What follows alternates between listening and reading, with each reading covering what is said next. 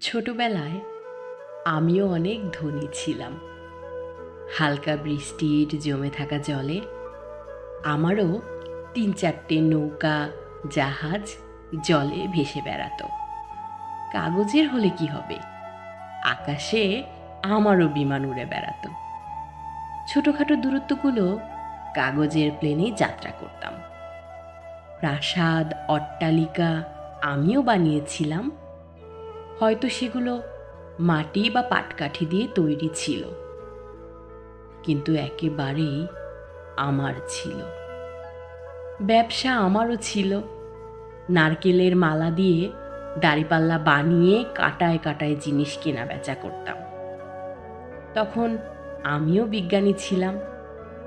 ফেলে দেওয়া পুরনো ইঞ্জেকশনের সিরিঞ্জে জল ভরে বিভিন্ন গাছের শাখা প্রশাখায় ইঞ্জেকশন দিয়ে পরীক্ষা নিরীক্ষা করতাম।